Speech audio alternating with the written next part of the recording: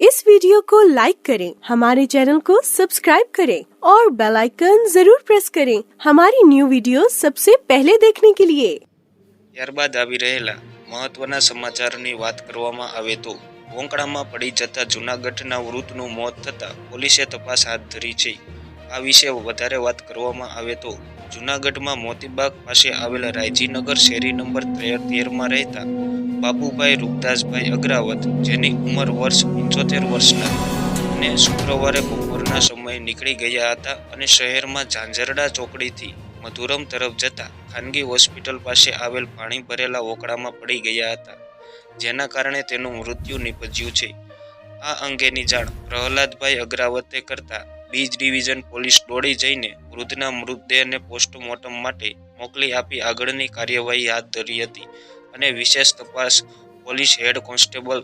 એમ.આર. ગરવર ચલાવી રહ્યા છે।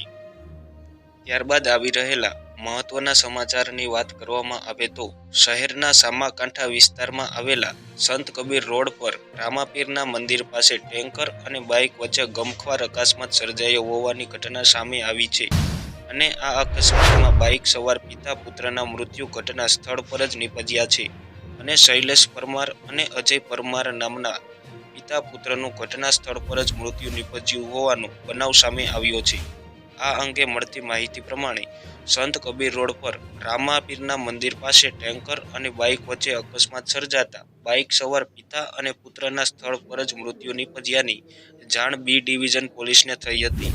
જેથી તાત્કાલિક અસરથી રાજકોટ શહેરના બી ડિવિઝન પોલીસનો કાફલો તેમજ ટ્રાફિક એસીપી જે.બી. ગઢવી પણ ઘટના સ્થળે દોડી ગયા હતા અને સ્થાનિક પોલીસ દ્વારા જરૂરી પંચનામાની કાર્યવાહી પૂર્ણ કર્યા બાદ મૃતક પિતા અને પુત્રોની લાશને પીએમ અર્થે શહેરની સિવિલ હોસ્પિટલ ખાતે આવેલા પોસ્ટમોર્ટમ રૂમ ખાતે ખસેડવામાં આવી હતી। આ વિશે વધારે વાત કરવામાં આવે તો સંત કબીર રોડ સદગુરુ સોસાયટી શેરી નંબર 2માં રહેતા પ્રજાપતિ પરિવારમાં એક દુઃખની લાગણી છવાઈ છે અને મૃતક શૈલેષભાઈ પરમાર સંત કબીર રોડ પર પોતાના ઘરે ચેઇન કટિંગ કરીને મજૂરી કામ કરતા હતા અને મૃતક અજય પરમાર સુરત એલ.એન્ડ.ટીમાં નોકરી કરતો હતો અને કુટુંબની અંદર બહેનના લગ્ન હોવાને કારણે અજય પરમાર સુરતથી રાજકોટ આવ્યો હતો। આ વિશે વધારે વાત કરવામાં આવે તો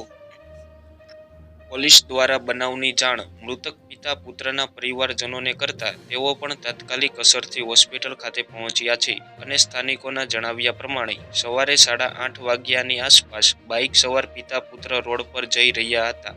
અને જે દરમિયાન ટેન્કર ચાલક બાજુમાંથી નીકળતા બાઇક ચાલક દ્વારા પોતાનું બેલેન્સ ગુમાવી દેતા ટેન્કરના પાછલા ટાયરમાં આવી જતા બંને પિતા અને પુત્રનું સ્થળ પર જ મૃત્યુ નિપજ્યું હતું, તેમજ સમગ્ર ઘટના સીસીટીવીમાં પણ કેદ થઈ હોવાનું સામે આવી રહ્યું છે,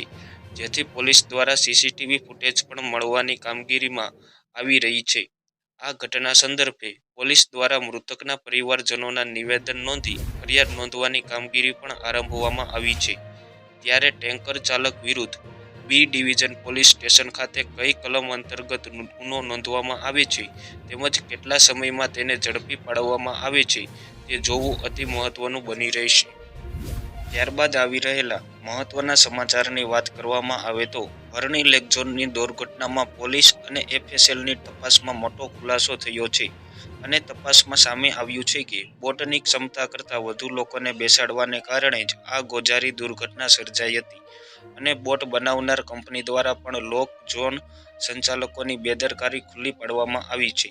બોટ બનાવનારા કંપની સંચાલકોએ પૂછપરછમાં જણાવ્યું કે અમારી બનાવેલી આ બોટની ક્ષમતા માત્ર 1 ટન વજનની હતી, જેમાં 1.5 ટન વજન કરવામાં આવ્યું હતું અને નોંધનીય છે કે હરણીના લેક ઝોન ખાતે ગત તારીખ 18 મીએ શહેરની ન્યૂ સનરાઇઝ શાળાના બાળકો પ્રવાસમાં આવ્યા હતા, જ્યાં બોટિંગ દરમિયાન બોટ પલટી ખાતા 12 વિદ્યાર્થીઓ સાથે 2 શિક્ષિકા સહિત કુલ 14 લોકોના મોત નિપજ્યા છે